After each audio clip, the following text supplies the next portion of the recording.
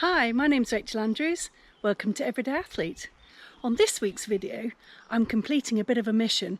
I went on a scouting mission to look for a little swim spot that I thought I'd seen on the map. And I made it around part of the track. What I can see is we've got a fair amount of flow. We've got a whole tree that's got lodged underneath, which maybe that was a trunk, but actually can just about see under the water here. There's the rest of it. So don't want to find things like that in where I'm swimming that I'm going to swim into, either just bumping my legs or get caught on. Things that you get caught on and the water is pushing you against but you can't get away from are called strainers. So that would be things like when the water is up high and you've got greenery, bits of trees, potentially fences that you get swept onto and can't get away from. A little bit like when you use a colander to do some pasta, only you're the pasta. So I'm going to carry on up the bridleway and see where it brings out. But part of the bridle path was underwater because it had been raining a lot. It was really claggy and I didn't make it, so I'm hoping to complete that today and to check out whether or not I have found a viable swim spot. So just like many of my little scouting missions, it all starts with the map and I get a little look at somewhere I think there might be a possibility. And what I'm looking for there is that I've got access to get in and to get out of the water. So going to the coast, I've made a video about that, how you choose a safe spot there. But what I'm looking at here is how you find a spot on a river. I've chosen to look at rivers rather than lakes because lakes are very much governed by who owns the land that they're on and therefore the water. Whereas a river, if you can get access to get in and access to get out, you can actually pass through on the water because the landowners either side, although they own the banks and half of the riverbed, they don't own the water that flows through it.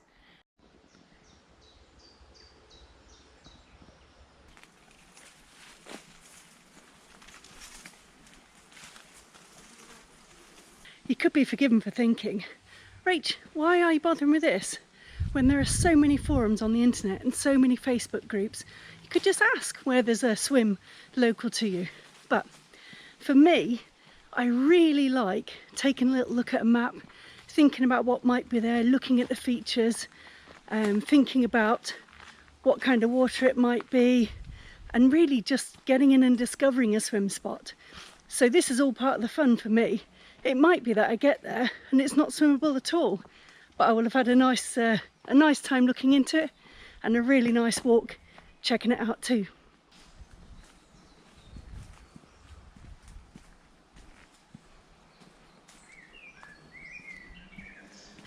Some of the nicest places take a little bit of looking for too, and people aren't always willing to give away those locations because unsurprisingly, if it's a really lovely place, then suddenly it becomes really popular. Lots of rubbish ends up there, the banks end up eroded, and it becomes a whole lot less lovely. So I'm out trying to find one for myself.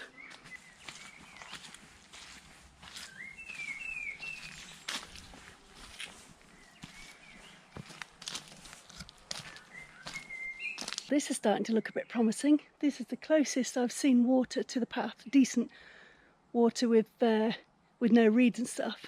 Let's get a little look at that. Ho, ho, ho. There's a possibility I found an inn. I'm going to walk a little bit further up just to check out what's up there, because ideally I'd like to go downstream, but it might be that I have to get in at this spot and then swim upstream to check out what the obstacles are, because I might not be able to see them from the path.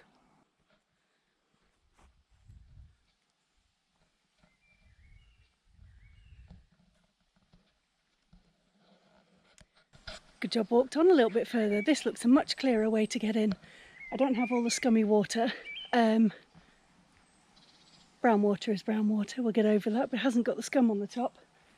And it's clear straight into the river. And I'm going to continue my walk up to the bridge just to see if I can see anything that would make me think twice about getting in.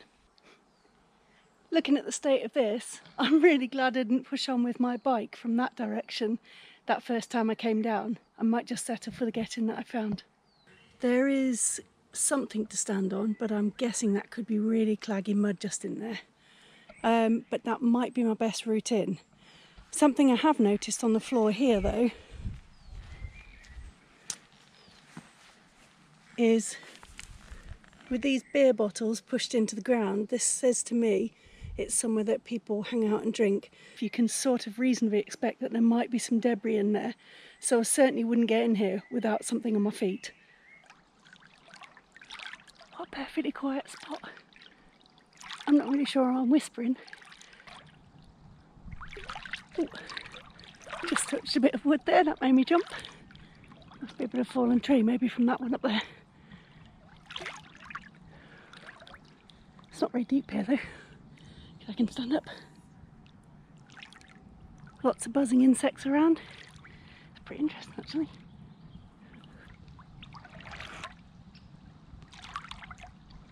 So the advantage of swimming this way from downstream first is that things like this I don't get swept onto.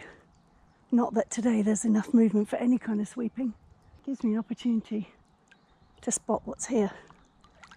I think if we look here now, you can see on the bottom of the lower branches, there's loads of stuff on there where the water has been running much higher. Well, I reached the part where it's pretty overgrown, which I'm not going to take on my own. So I'll just be content. I found a little private dip spot. How good is that? It is so exciting when you find one for yourself. I would certainly recommend getting the old Ordnance Survey map out and having a look. And failing that, look on fotpath.co.uk, I think. I'll put the link in the description below.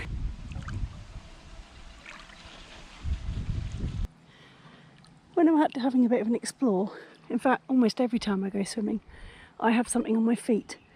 It could range from wetsuit boots in the winter to keep them nice and warm, to something like these,